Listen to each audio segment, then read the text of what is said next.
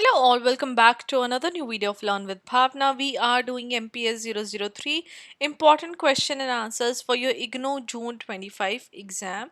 हम स्टार्ट करने जा रहे हैं अब क्वेश्चन 11 का शॉर्ट नोट का like fourth question because Tebhaga and Telangana हमने दोनों सेपरेटली कवर किए थे. लास्ट क्वेश्चन हमने किया constitutional provisions on socialism and secularism. अब ये क्वेश्चन है हमारा न्यू मीडिया एंड उसका क्या इम्पैक्ट रहा है डेमोक्रेसी के ऊपर. नाउ फर्स्ट ऑफ ऑल ये जान लेते हैं कि न्यू मीडिया है क्या. तो न्यू मीडिया ऐसे डिजिटल फॉर्म्स ऑफ कम्युनिकेशन है जो कि अब आ रहे हैं with the rise of internet, mobile technology and social networking platform. Unlike traditional media क्या था, newspaper, radios, television. New media क्या है, अब ये न्यू टाइप ऑफ प्लेटफॉर्म्स है जहाँ पे इंस्टाग्राम है, यूट्यूब है, व्हाट्सएप है, जितने भी ऑनलाइन न्यूज़ प्लेटफॉर्म्स हो गए. अभी न्यू मीडिया काफ़ी ज़्यादा इंटरैक्टिव है, लोग कमेंट कर सकते हैं, अपने जो ओपिनियंस है वो शेयर कर सकते हैं. ये डिसेंट्रलाइज्ड है, मतलब कि किसी का भी इसके ऊपर कंट्रोल नहीं है. एंड पार्टिसिपेटरी, जैसे मैंने बोला इंटरैक्टिव है, पार्टिसिपेटरी है. यहाँ पे different social media platforms include होते हैं न्यू मीडिया के अंदर, जैसे कि Facebook, Twitter, Instagram, blogs, WhatsApp, online news portals, YouTube channels and citizen journalism. ये सब न्यू मीडिया के अंदर कवर होता है या फिर ये सब न्यू मीडिया के पार्ट हैं. जब हम कंटेम्प्रेरी टाइम्स की बात करते हैं, मतलब कि अभी मॉडर्न टाइम की बात कर रहे हैं, तो न्यू मीडिया ने कैसे इंफॉर्मेशन प्रोड्यूस हो रही है, शेयर हो रही है, कंज्यूम हो रही है, उसको टोटली चेंज कर दिया है. इसका इम्पैक्ट जो है डेमोक्रेसी के ऊपर वो काफ़ी ज़्यादा फार रीचिंग है, जहाँ पे इसके दोनों पॉजिटिव कॉन्सिक्वेंसेस भी हैं एंड नेगेटिव कॉन्सिक्वेंसेस भी हैं. तो when we talk about positive impact of new media and democracy, वहाँ पे हमारा फर्स्ट पॉइंट आता है वाइडर पार्टिसिपेशन.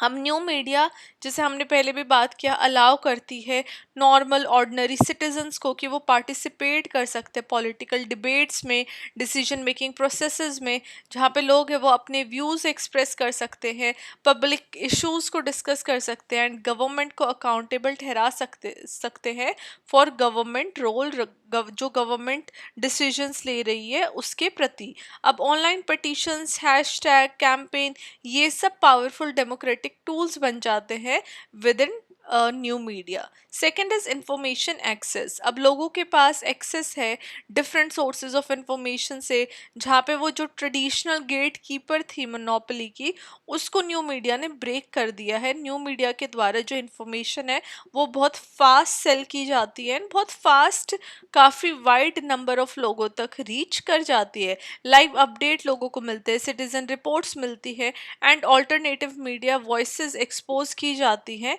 लोगों को to multiple perspectives. Third is accountability and transparency. New media platform अपने आप में एक बहुत ज़्यादा पावरफुल टूल बन चुका है, जहाँ पे वो करप्शन, इनजस्टिस जैसे जो इश्यूज हैं, जो ये प्रॉब्लम्स चलती आ रही हैं, उनको एक्सपोज करता है. For example social media campaign start हुए, मी टू मूवमेंट अपने आप में एक बहुत बड़ी मूवमेंट बनी, एंटी करप्शन मूवमेंट, इन सब ने मोमेंटम गेन किया through online mobilisation. Government and leaders और भी ज़्यादा केयरफुल हो चुके हैं क्योंकि वो कॉन्स्टेंटली जो पब्लिक आइज में है, एंड अगर कोई भी एक चीज़ न्यू मीडिया के थ्रू आती है तो वो आग की तरह फैलती है. So now everybody is very careful, not just political leaders या फिर other leaders, everybody, even a normal citizen is very careful about his or her actions. Fourth is empowering marginalized voices. अब न्यू मीडिया ने एक platform provide कर दिया communities को, groups को, जो कि पहले इग्नोर किए जा रहे थे मेन स्ट्रीम मीडिया के द्वारा. दलित है, ट्राइबल है, LGBTQ प्लस वॉइसेस हैं एंड ग्रास रूट एक्टिविस्ट हैं, ये सब सोशल मीडिया को यूज़ करते हैं अपनी स्टोरीज़ को शेयर करने के लिए एंड लोगों का सपोर्ट गेन करने के लिए. Fifth is electoral campaigns and awareness. अब जो पॉलिटिकल पार्टीज़ है वो न्यू मीडिया को यूज़ कर रही है वोटर्स तक पहुंचने के लिए डायरेक्टली. वोटर्स इन लीडर्स के साथ एंगेज कर रहे हैं, फैक्ट चेक प्रोमिस वो कर रहे हैं, व्हाट्सएप ग्रुप के द्वारा लोगों को मोबिलाइज किया जा रहा है, फेसबुक पेजेस बनाए जा रहे हैं, ट्विटर ट्रेंड बनाए जा रहे हैं. इसकी वजह से जो इलेक्शन कैंपेन है वो और भी ज़्यादा इंटरेक्टिव हो चुके हैं एंड पॉलिटिकल पार्टीज़ को भी ये समझ में आ चुका है that if we if you want to win the heart of people you have to go closer to them.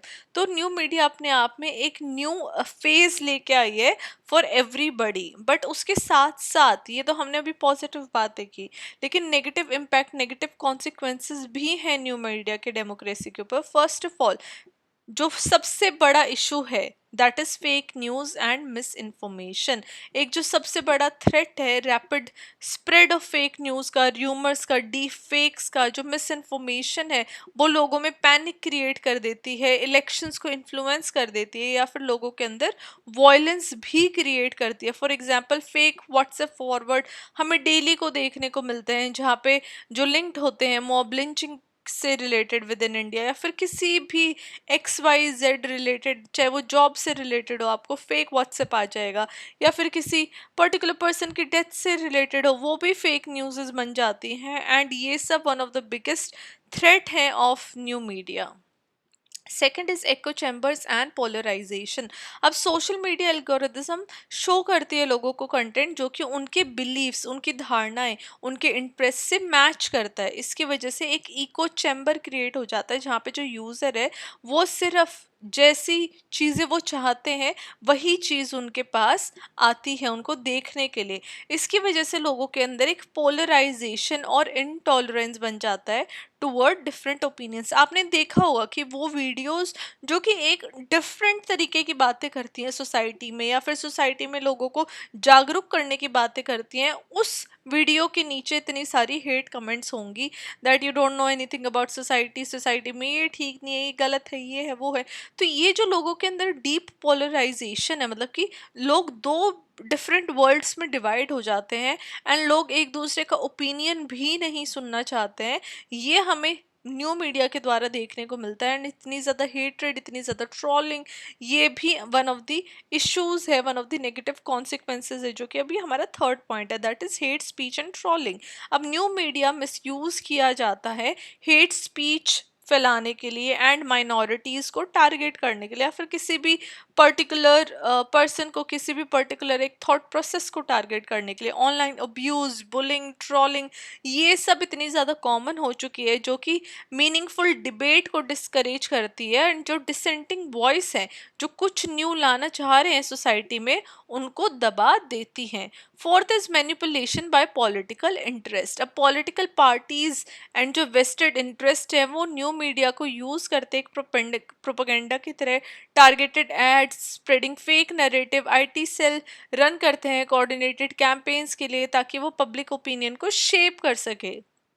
काफ़ी सारे इश्यूज आए हैं, जैसे कैम्ब्रिज एनालिटिकल शो, जो कि दिखाता है कि कैसे जो यूज़र डेटा है वो मिसयूज़ किया जाता है टू मैनिपुलेट वोटर्स। तो ये जो पॉलिटिकल इंटरेस्ट है के द्वारा जो मैनिपुलेशन है, वो भी न्यू मीडिया के द्वारा हमें देखने को मिलती है। Fifth is weak regulation. Unlike traditional media, जो न्यू मीडिया है वो बहुत ज़्यादा हार्ड है रेगुलेट करने के लिए। गवर्नमेंट काफ़ी सारे चैलेंजेस फेस करती है न फ्रीडम ऑफ एक्सप्रेशन को need to control hate and speech and disinformation के साथ बैलेंस करने में। बिकॉज हमने कई बार ही देखा है, जो ये हेट स्पीच होती है या फिर कुछ भी ऐसी मिस इन्फॉर्मेशन होती है, उसको लोग क्या कहते हैं, ये तो हमारा भाई तरीका है एक्सप्रेस करने का। But I think, I mean we all think कि जो ये तरीका है अपने आप को एक्सप्रेस करने का, दैट कैन बी इन एक सटल वे में या फिर एक रिस्पेक्टफुल वे में वो चीज़ें हो सकती है। तो एट टाइम्स जो क्लैम्प डाउन से सोशल मीडिया पे in the name of regulation can threaten free speech. और कहीं ना कहीं ये वाइस वर्सा भी होता है, मतलब कि फ्री स्पीच को भी दबाया जाता है न्यू मीडिया के द्वारा, एंड न्यू मीडिया के द्वारा फ्री स्पीच को यूज़ करके हेटरेट भी फैलाई जाती है। अब केस स्टडीज़ की बात कर ले, इंडिया के अंदर न्यू मीडिया ने काफ़ी सारे डेमोक्रेटिक मूवमेंट्स को एम्पलीफाई किया। फॉर एग्जांपल 2011 में एंटी करप्शन मूवमेंट, जो कि अन्ना हज़ारे ने स्टार्ट की थी, जहाँ पर उन्होंने फेसबुक का, ट्विटर का यूज़ किया था लाखों लोगों को एकजुट करने में। जो रीसेंट फार्मर प्रोटेस्ट रही है, CAA-NRC प्रोटेस्ट की, वो भी हेविली सोशल मीडिया के ऊपर रिलाई कर रही थी ताकि वो ऑर्गेनाइज हो एक साथ और अवेयरनेस स्प्रेड करे। एट द सेम टाइम काफ़ी सारी कंसर्न्स भी आई है मिस इन्फॉर्मेशन से रिलेटेड इलेक्शंस के टाइम पे, या कम्युनल राइट्स जो कि व्हाट्सएप रूमर्स के द्वारा देखने को मिले हैं, या फिर डेटा ऑफ पॉलिटिकल पार्टीज का जो अब्यूज़ हमें देखने को मिला है, वो भी न्यू मीडिया के द्वारा ही देखने को मिला है। एट द एंड हम अपने आंसर को कंक्लूड करेंगे कहते हुए कि जो न्यू मीडिया है वो डबल एज्ड स्वॉर्ड है डेमोक्रेसी के लिए। मतलब कि उसका उसने पार्टिसिपेशन भी काफ़ी गहरा किया है, लोगों को एम्पावर किया है, गवर्नमेंट को और भी ज़्यादा अकाउंटेबल ठहराया है उनके रोल्स के लिए। लेकिन सेम टाइम पे जो टेक्नोलॉजी है, जो न्यू मीडिया, उसके द्वारा फेक न्यूज़, हेट, पोलराइजेशन भी लोगों के अंदर हमें देखने को मिली है।